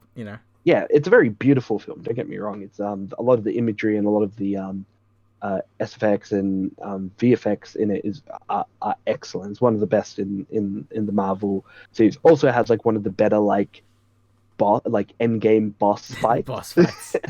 It does a really good job at like not doing it in like a traditional way, like kind of like how I kind of found the dance fight scene in like Guardians of Guardians. the Galaxy really lame. Like I get why it was done in it, like to distract him, but it's just like, all right, I guess that's a thing that happens. But again, subverts expectation. I get Mm-hmm. it. But yeah, Um, very much like the future of Marvel stuff. Like because yeah, Fantastic Four I wasn't that much of a big of a fan of, so mhm. I feel like it very much is whatever the X-Men stuff coming next. Because like obviously they'll have to recast a Wolverine at some point, and like Yeah, they'll be doing that whole thing. But on top of that, like the one thing that I know that's a constant, and hopefully will probably come out probably in the next 3 to 4 years, is probably like what Deadpool 3 or whatever it may be. I feel like that's the only thing that they could easily get done and not care about continuity about the world. I feel like. yeah. Well, I mean, they don't necessarily have to care about the continuity of the world, but again, Deadpool can be like that character who kind of replaces Stan Lee, right? In a way, it'd be a great gig. It'd be a great gig for Ryan Reynolds. I'll Mm. tell you that much. Like this character who just happens to Well, that's be the thing. like Deadpool that. already does it in the comics. He just Well, pops in and out. well, I mean, he kind of pops in and out as a gag, like a gaggish character, but like it'd be funny just to have him like in the background somewhere, or like trying to grab like a character's attention, or as like Spider-Man. One of the classic kind of comic book duos is like Spider-Man and Deadpool, right? And Deadpool kind of like getting up to shenanigans, and Spider-Man having to pick up the pieces, right? It's a very classic kind of comic book duo, so it would be kind of interesting to see him and Spider-Man together, or even just like a slight nod where like Peter Parker is swinging by and you see like um, you know, uh, you know, Deadpool like eating one of his classic like I forget what it is, like a Chimichangas. chimichanga, right? Like eating a chimichanga at like a stand or something. And you just see him flash by. Or like, during like an X-Men film, like you see a fight and he's like running away, or he's like fighting dudes like during like the Avengers film. Like again, it'll be something that'd be a good replacement for Stan Lee, I guess, like given his passing away. But I think they still have him kind of his voice, right? I think he's still Marvel does have the rights to like his voice in certain things, so maybe we will hear him in some capacities. But I think we won't like going forward. Like, what will be like the new cameo that Hmm. Marvel Well, has? people are Is saying it that might be old Captain America. that'd be lame. Why would it be old Captain America? I don't know. Why would he be in every film, anyways? Like, I can still imagine like the Guardians of the Galaxy doing something, and for some reason Deadpool is there. Like, that could be something. That's kind of believable. And like, Deadpool has his own kind of mini arc in every like space film where he's in like the Eternals for some reason, and then he's like in this other place. Like, that kind of makes sense. But I guess we'll see where Marvel films are going forward. Yeah, And either whether way, they I'm more can. hyped for DC and what they've been doing, not only on the TV front, but in their movie front. I feel like this is their time to shine, where, like, these big names, like, stuff like Shazam is making a lot of money, Wonder Woman and, like, Aquaman made, like, a lot of money as well, so, they're getting there. They're getting there. Yeah, it's kind of like DC's time to shine. I mean, there was a recent announcement of the Wonder Woman poster, which, by the way, looks amazing. Highly recommend everybody to go check that out. If you haven't seen it already, it's very because it's set in the '80s and it's very. I don't know what to really describe the. It's just very colorful, neon colorful. Which, by the way, that Yeah, actually the particular. that reminds me of, like, I typed in Wonder Woman 1984, Mm, and I'm looking at all the images, and I don't know much about it, but I feel like mm, I know that the villain's like Chitara or whatever it is, but I feel like there's yeah, another Cheetah. villain Yeah. because I feel Yeah, I because think so. Hmm. it's 1984, very much like about the book, you know, possibly about 1984 controlling, and there seems to be a lot of theming about TVs in all the screenshots that they've sent, like something Yep. about Hmm. TV media, something like that. So maybe it's some sort of weird control thing. For example, like what is it? Chris Trevor comes back. Maybe he's part of like a weird TV show and he comes from a TV. I don't know. But I don't know. I think. I feel like there's a theming got to do with screens or TVs, and then that's relating to the 80s and 1984 because that's when home videos started to come out. But I don't know. I don't know. That's my weird theory. Yeah. Well, the thing is, like, a lot of people believe that, like, one of the theories is that, the character that might play a villain for Wonder Woman's character is a character called Maxwell Lord. Now, he was a villain in the first season of Supergirl, and was playing like a kind of like a Lex Luthor light character. Like, he's supposed to be he's basically Lex Luthor but isn't. But in the comics he does have um he does end up being killed by Wonder Woman because she's kind of put in this kind of spot where Maxwell Lord's controlling Superman's mind, and she has to make the decision of either killing him or Superman is gonna probably beat the shit and probably kill her or whoever. So she makes the decision to kill him, and it sets off like a lot of questions of, oh well, I can't believe you killed him, Wonder Woman, you're bad. I kind of like how they're kind of moving a little bit away from that. I like how Marvel's definitely moving away a lot more from Hmm. that. That's one thing that I do give Marvel a lot of credit for. Like, although a lot of the times they are killing like aliens or some kind of animal or some kind of this, they care a lot less about the fact that they kill people because ultimately they see it as like there's a justifiable reason as to why they're doing so. I think there is questions about, oh, okay, maybe because Maxwell Lord has the ability to control minds, like maybe he's doing it through TV, and that's why we see the whole 1984 theme. The reason why we see it set in that era might be because he might be another villain, another person that Diana has to deal with. But we'll see going forward. I think like it they delayed the movie, which I kind of dislike. Maybe it needed. I forget the reason why, but even like It should have came out um this year, yeah, yeah, like because I pretty think much like Kathleen in a month because or two. yeah, because I think like Kathleen Kennedy said it was like a mistake. She said it was like a mistake to push it back.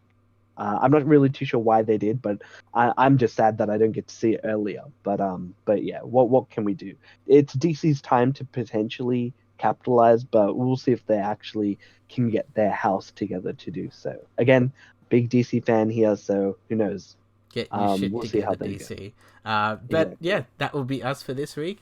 Remember, you can always listen to us on Spotify, iTunes, Libsyn, and we live stream on YouTube on our channel, Marketing Movies. So until next time, maybe Henry Cavill is our Superman, but we'll never know until finally Comic Con or something like that. So until next time, see you guys. Catch ya.